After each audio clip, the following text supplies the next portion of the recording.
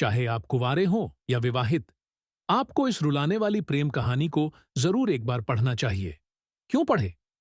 इसका उत्तर कहानी को पढ़ने के बाद खुद ब खुद आपको मिल जाएगा। जब मैं उस रात घर पहुंचा, तो मेरी पत्नी मेरा इंतजार कर रही थी। उसने हम दोनों के लिए डिनर परोसा। मैंने उसका हाथ पकड़कर कहा, मुझे तुमसे कुछ कहना है। वह नीचे बैठ गई और खामोशी के साथ मेरी तरफ देखने लगी। मैंने उसकी आंखों में एक अजीब सा दर्द महसूस किया। मैं कश्मकश में था। मुझे समझ नहीं आ रहा था कि मैं अपना मुंह कैसे खोलूं।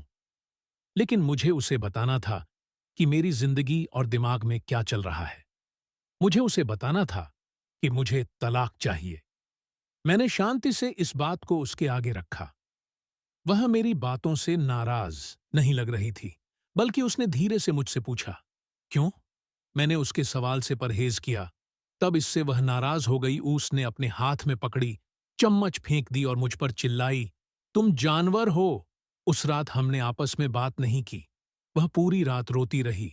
मुझे पता था कि वह जानना चाहती थी कि हमारी शादीशुदा जीवन को क्या हुआ था, लेकिन मैं शायद ही उसे कोई संतोषजनक उत्तर दे पाता। मैं उसे कैसे बताता कि जिस दिल में पहले उसका घर था, उस पर अब रीना का राज है।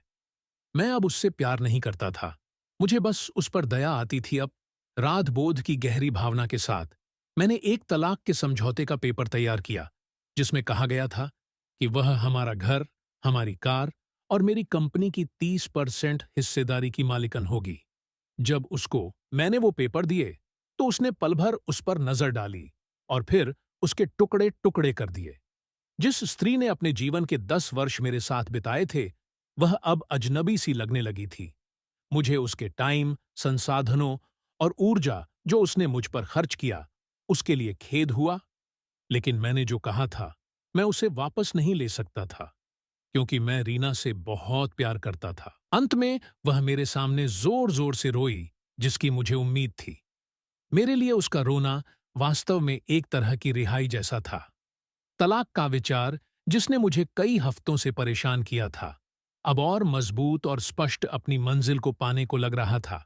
अगले दिन मैं बहुत देर से घर वापस आया और देखा कि वह मेज पर कुछ लिख रही है।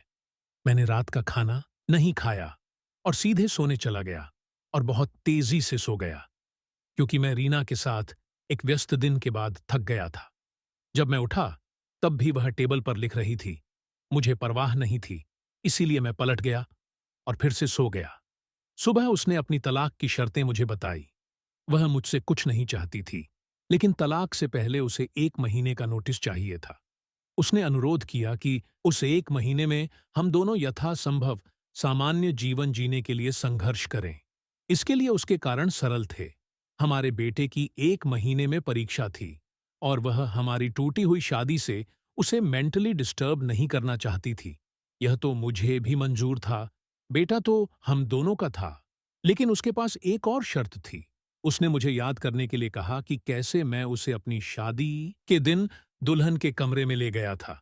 उसने रिक्वेस्ट किया कि इस 1 महीने तक मैं हर दिन उसे अपने बेडरूम से सामने के दरवाजे तक ले जाऊं। मुझे लगा कि वह पागल हो रही है, लेकिन हमारे साथ में बितने वाले अंतिम दिनों को सहन किया जा सके और कोई ड्रामा क्रिएट न हो, इसलिए मैंने उसका अजीब अनुरोध स्वीकार कर लिया। मैंने रीना को अपनी पत्नी की तलाक की शर्तों के बारे में बताया। वह जोर से हंसी और उसे लगा, यह सच में पागलपन है। कोई फर्क नहीं पड़ता कि वह कौन सी चालें चलती है, उसे तलाक का सामना करना ही पड़ेगा। उसने तिरस्कारपूर्वक कहा। अगले दिन से 1 महीने का नोटिस पीरियड शुरू हो गया। मेरे तलाक के इरादे को स्पष्ट रूप से व्यक्त किए जाने से पहले से ही मेरी पत्नी और मेरे बीच कोई शारीरिक संपर्क नहीं रह गया था। इसीलिए जब मैंने उसे पहले दिन गोद में उठाया, तो हम दोनों को अजीब लगा। हमारे बेटे ने हमारे पीछे ताली बजाई। डैडी ने मम्मी को गोद में लिया है। उसके शब्दों ने मुझ में एक दर्द की भावना जगाई। शयन कक्ष से बैठक कक्ष तक, फिर दरवाजे तक। मैं उसे गोद में लेकर 10 मीटर से अधिक चला। उसने आंखें बंद की और धीरे से कहा, हमारे बेटे को तलाक के बारे में मत बताना। मैंने सिर हिलाया, कुछ परेशानी महसूस कर रहा था। मैंने उसे दरवाजे के बाहर नीचे उतार दिया। वह काम पर जाने के लिए बस की प्रतीक्षा करने लगी। मैं ऑफिस के लिए अकेला चला गया। दूसरे दिन हम दोनों ने काफी आसानी से एक्टिंग कर ली। वह मेरे सीने पर झुक गई। मैं उसके ब्लाउज की खुशबू सूंघ सकता था। मुझे एहसास हुआ कि मैंने इस महिला को लंबे समय से ध्यान से नहीं देखा था। मुझे एहसास हुआ अब वह जवान नहीं रही थी। उसके चेहरे पर कम सही लेकिन झुर्रियां आ गई थीं। उसके बाल सफेद हो रहे थे। हमारी शादी से उस पर बुरा असर पड़ा है। 1 मिनट के लिए मैंने सोचा कि मैंने उसके साथ क्या कर दिया है। चौथे दिन जब मैंने उसे उठाया तो मुझे आत्मीयता की वापसी का आभास हुआ।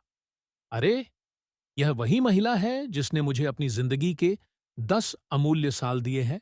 5वें और 6ठे दिन मैंने महसूस किया कि हमारे बीच एकरूपता की भावना फिर से बढ़ रही है। मैंने रीना को इस बारे में नहीं बताया। जैसे जैसे दिन बीतते गए मेरे लिए उसे उठाना आसान होता गया।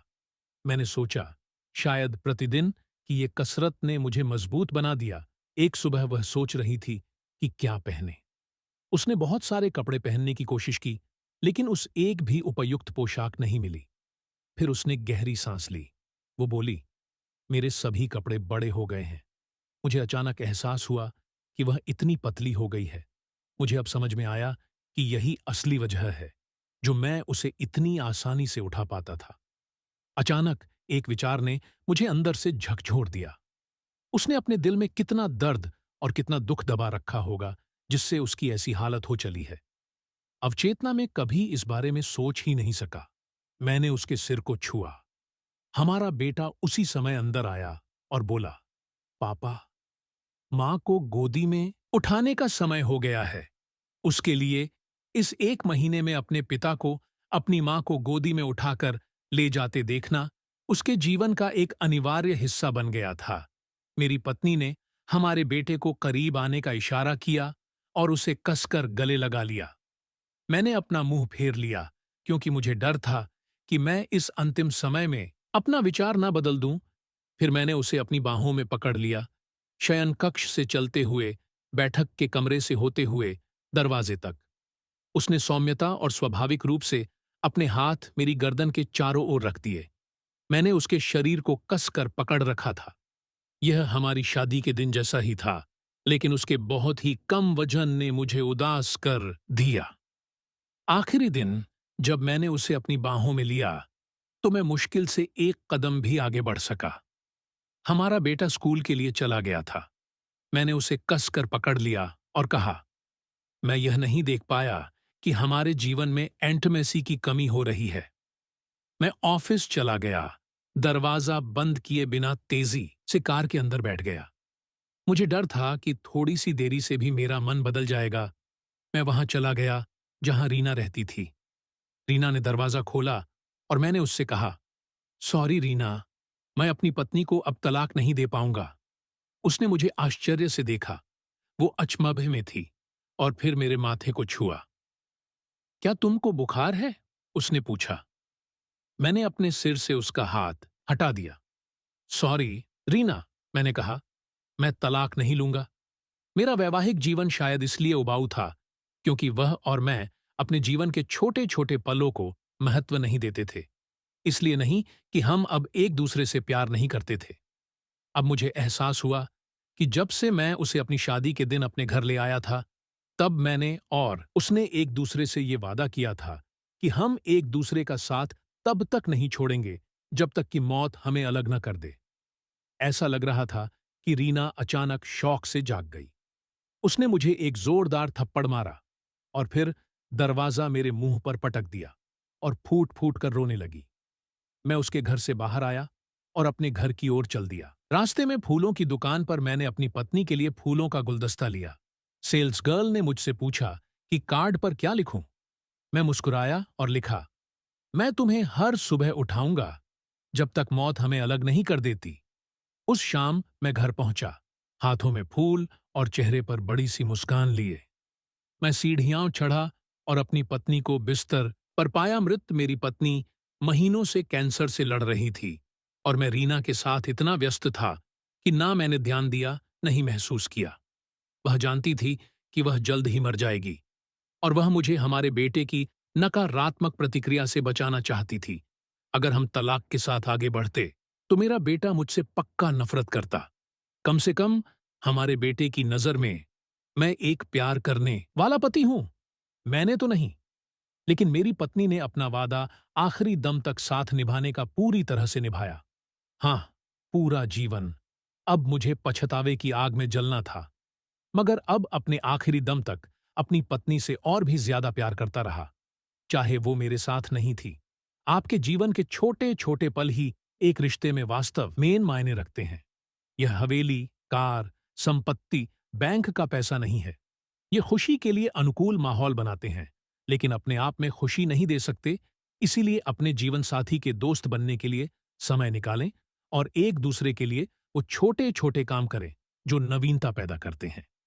एक वास्तविक सुखी विवाहित जीवन जिए। यदि आप इस कहानी को शेयर नहीं करते हैं तो कोई फर्क नहीं पड़ेगा। अगर आप ऐसा करते हैं तो आप शायद एक शादी को टूटने से बचा सकते हैं। जीवन में कई बार ऐसे लोग असफल होते हैं जिन्हें इस बात का एहसास नहीं होता कि वे सफलता के कितने करीब थे जब उन्होंने हार मान ली।